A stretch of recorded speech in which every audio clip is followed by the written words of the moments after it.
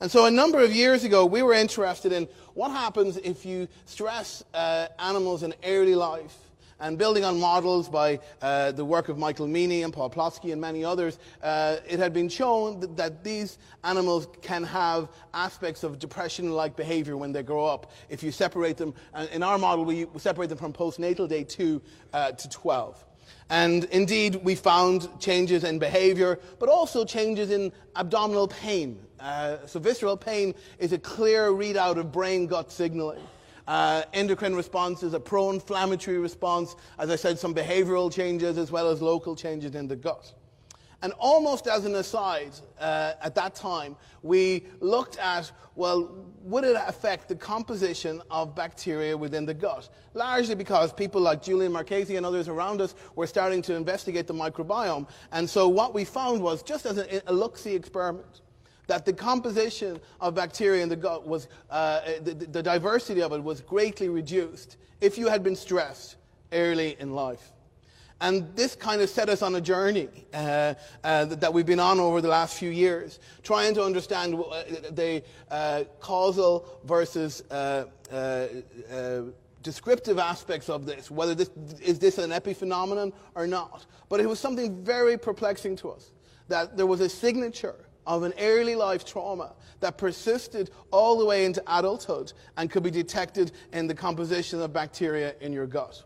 More recently, we've turned our attention to prenatal stress, stressing rat pups while they're pregnant. And again, we find that there are wide-scale changes in the composition of these bacteria in adulthood. And in this case, they correlated with many of our stress-related physiological responses. So this got us interested in this microbiome. And I know most people in this audience are very aware of it, but it's still somewhat illegal to give a talk about the microbiome and not tell you that in terms of genes you are 99% microbial. So it's humbling thing to think about, but in terms of cells, we have at least 10 times more microbial cells than we do human cells. And so while the Human Genome Project is 25 years old, it's time that we really appreciated the functional consequences of the Human Microbiome Project in terms of how that can be harnessed for health and for disease prevention. And we're very bacterial focused, especially in my lab too, but we cannot neglect the other microorganisms that make up the microbiome, especially the virome is gaining a lot of attention as well. And it has become one of the hottest areas in all of biomedicine. It's making the cover of all the glamour magazines, and it's also in the lay press. What's quite notable is it makes the cover of The Economist a few years ago, so there must be money in it. So university administrators are quite happy to think about it as something to investigate. What's important to remember is that we get our microbiome, our early microbiome, as we are being born. We get it from our moms as we are being delivered. And if we are born by C-section, which over a third of the people are nowadays, the microbiome is quite different. And there's still some controversy about the sterility of the in utero situation, but on the whole, it's that early life period that is instrumental for informing the microbiome composition, which informs our immune system and helps maybe in shaping aspects of brain development as well. These are some of the factors that we've been interested in early life, in modulating the microbiome.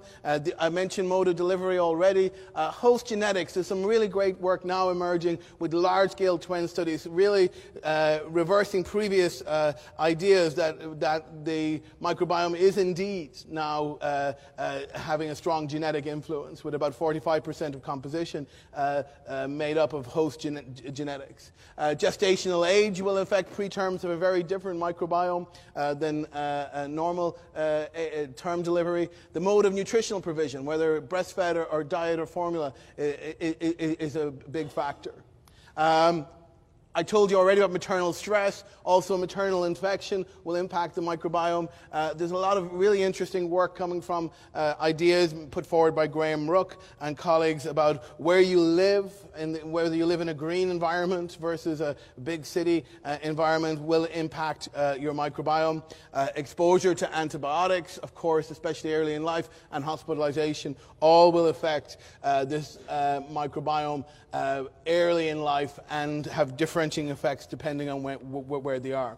This is work from Gloria Dominguez-Bello in New York, showing that the influence of delivery mode on the microbiome. And this is quite interesting because it tells us that if you are born by C-section, you have a very different microbiome, which is more like the skin or the hospital environment compared to if you're born per vaginum. And we know that in C-section there is an increased relative risk for asthma and allergy and immune-related disorders. Of course, it's all relative. But the question remains about, does being born by C-section and does having a different microbiome early in life impact brain health and behavior? And this is something we began to study now in our animal model. We're also interested in whether what happens if you give antibiotics early in life to animals? Does it affect the microbiome brain signaling? And this is every parent's nightmare type of experiment. I have young kids who got antibiotics, so we were quite keen to watch the results of.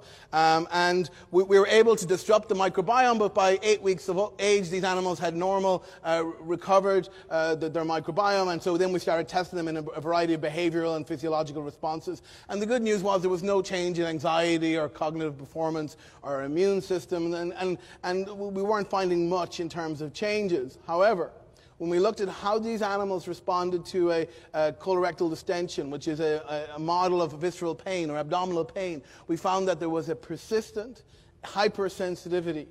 So this is an irritable bowel syndrome-like visceral pain that emerged in adulthood. And it tells us that the microbiome early in life was able to change the wiring.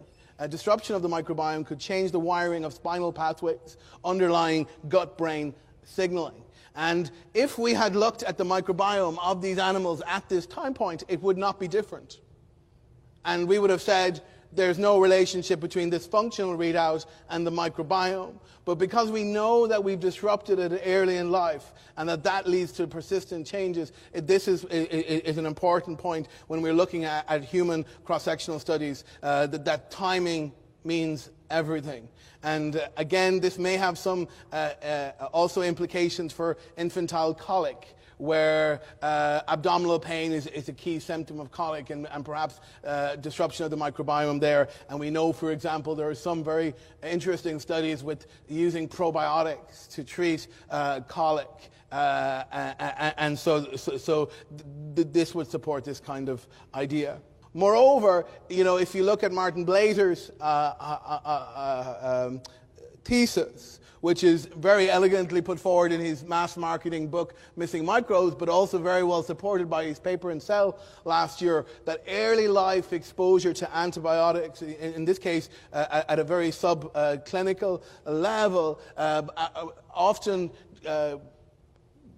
got into humans through the food chain, but that will lead to long-term rewiring and reprogramming of metabolic function and giving rise to the obesity epidemic that we see in Western society. And so that early life and antibiotics could converge to cause a kind of a negative effect on the microbiome that changes the wiring of different systems within the body.